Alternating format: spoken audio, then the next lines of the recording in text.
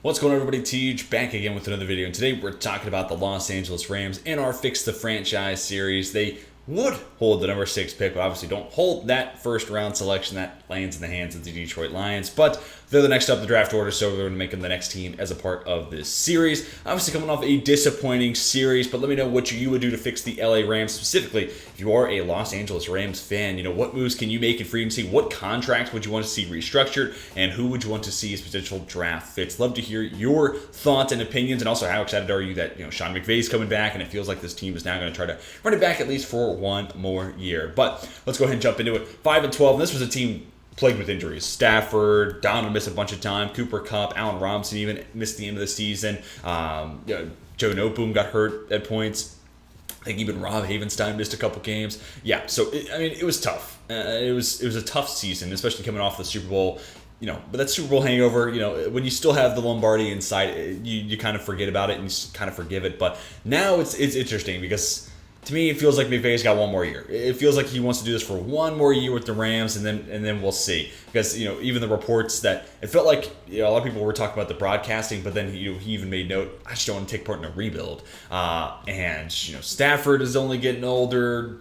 Donald already thinking about retirement. When you have one foot out the door, one foot in the door, I'm not saying that Aaron Donald is slacking by any stretch, but once the thought starts to populate your brain, it will linger. And also, like Jalen Ramsey, they're getting closer and closer to potentially having him hit the market. So this is going to be a really interesting season. This could be the last year we see the Rams with that Super Bowl roster and its nucleus intact. So interesting to see how they, kind of bounce back from a 5-12 season. Obviously, injuries are going to be huge, but no first-round pick, but they do hold 6 selections. But they're also a tricky team.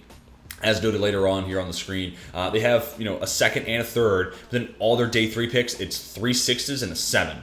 So no 4, no 5, and that kind of hurts some of the day 3 draft value as well. And also they're over the cap, and which leads me into my free agency tangent here. So they're almost $15 million over, and they're gonna have to work some restructures. They have 5 players making $20+ million, including like a Leonard Floyd, and then in total add 2 more, and they're all making 15 or more. I think Leonard Floyd might actually be in that $15+ million camp, but yeah, him, Ty Noteboom, also huge, cap hits on his side.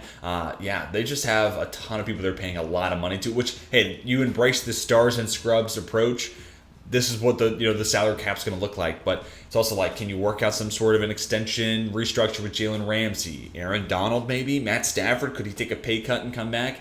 Yeah, they're going to have to figure out something there. I just, it was a little too nuanced for me to try to dive into and then try to condense it down and put it on the screen. So they're going to have to work out something with somebody's contract, and I am interested to see who it ends up being. But with that, even with those restructures, they're going to have very little money to spend. So I'm trying to think, what are the 2 areas where I think they can get a cheap veteran starter and where it fits, logically. So assuming Raheem Morris, I'll start with Kyler Fuller here. If Raheem Morris is still there as the DC, he embraced a lot of the Brandon Staley cover 4, heavy defense, and Kyler Fuller is a fantastic fit for that. So I'm be really good for Vic Fangio in Denver, also in Chicago. So actually, Denver didn't maybe work out as good, but in Chicago in specific under Vic Fangio when he was the DC there, had a lot of really good success. So I think he could kind of fit into that, defense as well. And this team needs a number 2 corner. Also, Troy Hill is a free agent. So could you sign Fuller for cheap and then bring in Troy Hill to play the nickel? If you could do both of those things for cheap, that would be awesome. And Fuller obviously missed all of last year with Baltimore, getting a injury right before week 1. So I think his market's gonna be relatively cheap anyway. So it does feel like a nice fit for that defense, but also someone who could be cost prohibitive here for the Rams. And then we get Unique Ngakoue, just because I was like, man, Leonard Floyd really, if he doesn't have a guy on the other side, he feels like a big-time overpay for sure. But look at Von Miller and what he did for that Rams team, and then also look what he did with the Bills last year.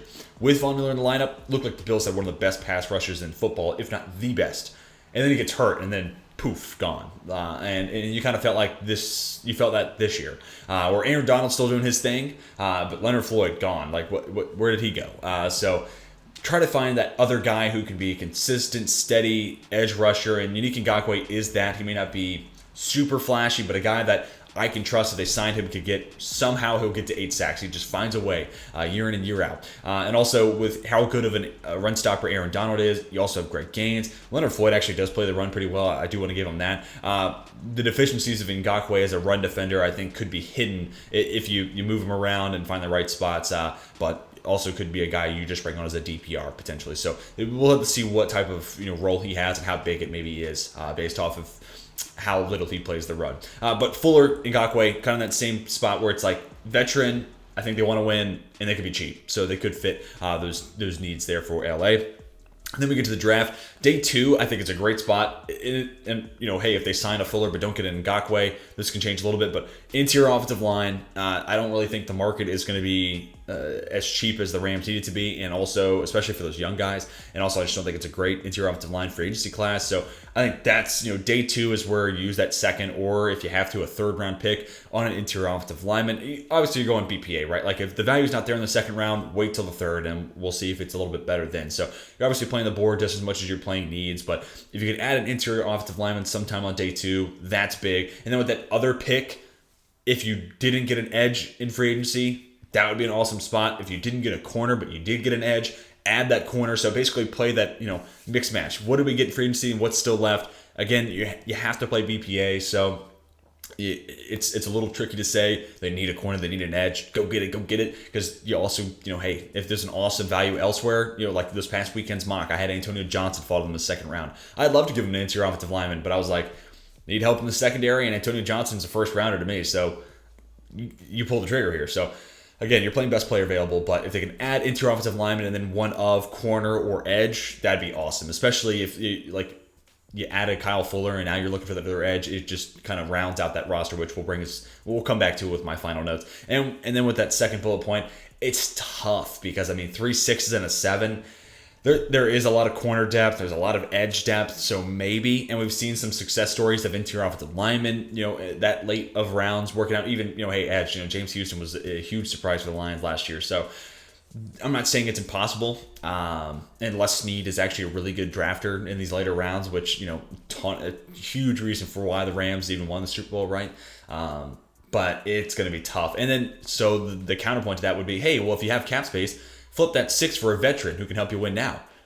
They ain't got cap space. So unless they work some insane magic when it comes to freeing up a lot of money, those 6s and the 1-7 are going to have to be probably draft picks. They're going to have to probably hold and stick and pick and try to add some depth and patch up the offensive line, edge, corner, safety could also be a need depending on Taylor Rapp if he comes back, all that stuff. So yeah, could be an interesting team, and it's a hard roadmap. But that being said, my final note sums it up.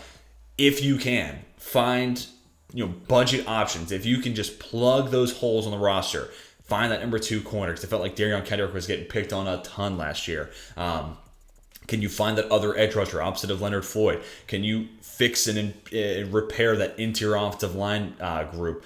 Maybe add one more receiver. I think ultimately they're good there, but fix the O-line, find another corner who can start, find another edge who can start, and then you just lean on your stars, right? Like if the areas that are not occupied by Jalen Ramsey, Aaron Donald, Matt Stafford, Cooper Kupp, all that stuff, Bobby Wagner, if all the other places on the roster are just okay, that's all they need is okay, viable play, then those stars put you over the top. Because, that's the stars and scrubs approach. You go and pay a bunch of money to the best corner in football, the best interior defensive lineman, and the best defensive player I've seen in my lifetime. You finally got an upgraded quarterback. You have one of the best wide receivers in football in Cooper Kupp. Like, you have Bobby Wagner, who still plays at a pretty high level.